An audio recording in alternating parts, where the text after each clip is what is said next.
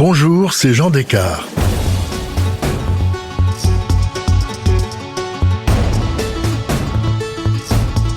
En bonus à mon récit sur l'extraordinaire voyage de Marco Polo au XIIIe siècle, je vous raconte comment son livre, le Livre des merveilles, fut un stimulant qui inspirera les grands navigateurs du XVe siècle. Son ouvrage, écrit en langue d'oïl, donc en français, a été offert en 1307 à Charles de Valois, prétendant au trône de Constantinople. Ce livre sera ensuite recopié avec des enluminures en 1312 par Mao, comtesse de Bourgogne. Charles V en possédera 3 copies. On sait que ce volume fut un immense succès. Il connaîtra une nouvelle fortune au XVe siècle. Henri le Navigateur, frère du roi du Portugal, devait son surnom à sa passion pour la géographie et la navigation.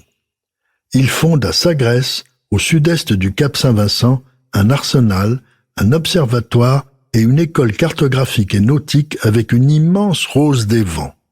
Il possédait un exemplaire du livre de Marco Polo.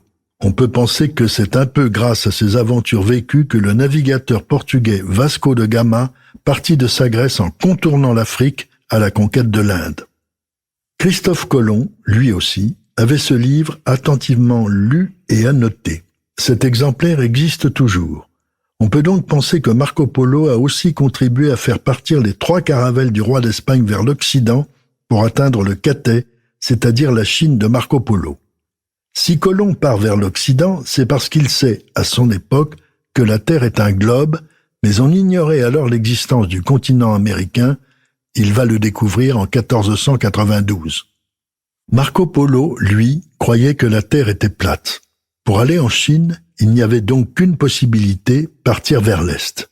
Sans parler de cette potentielle influence de Marco Polo sur ses successeurs, il ne pouvait prévoir un jugement postérieur qui l'aurait comblé.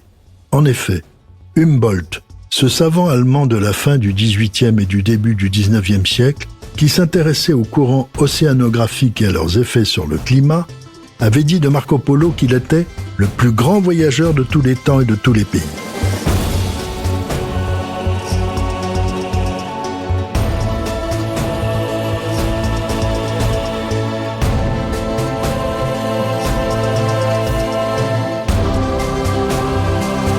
Si cet épisode vous a plu, allez écouter le récit de Au cœur de l'histoire dédié aux aventures de Marco Polo.